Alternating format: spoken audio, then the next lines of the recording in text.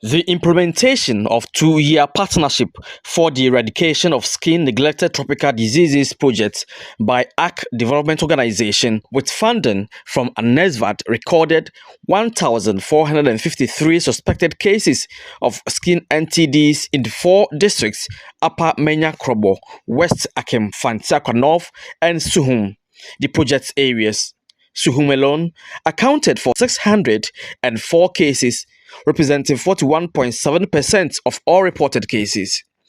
Skin NTDs such as Buruli Ulcer, Leprosy, Yaws, and Lymphatic Filariasis cause severe disabilities and in extreme cases lead to death and economic impoverishment.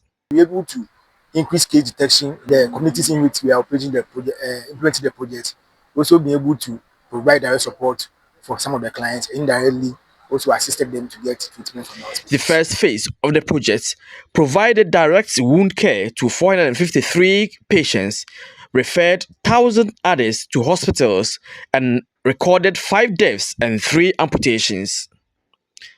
David Quainin is project officer. Indirectly, we also realized that the people we referred to the system, over 50% of them were healed when we went to the field to visit them. We were able to also increase access to potable drinking water in 4 communities through the construction of 4 mechanized boreholes in Yonyom, Yankumasi, the 2 in Upper Manya, and then Asarekwa at Fanteakwa North and Komame in Suhum municipality.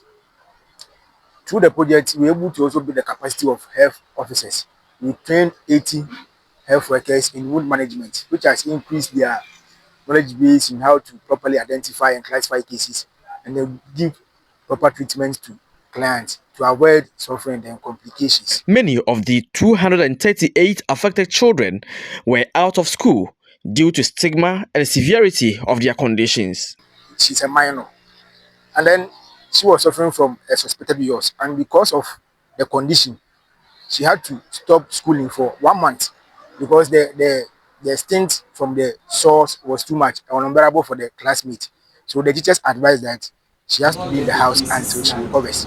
So she was out of school for 1 month, which distorted his academic works and performance.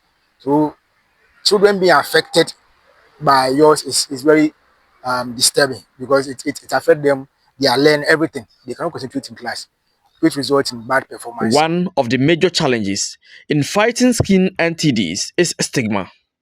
In some communities, these diseases are believed to be spiritual curses, leading to affected individuals being confined in shrines, prayer camps, or locked away in their homes.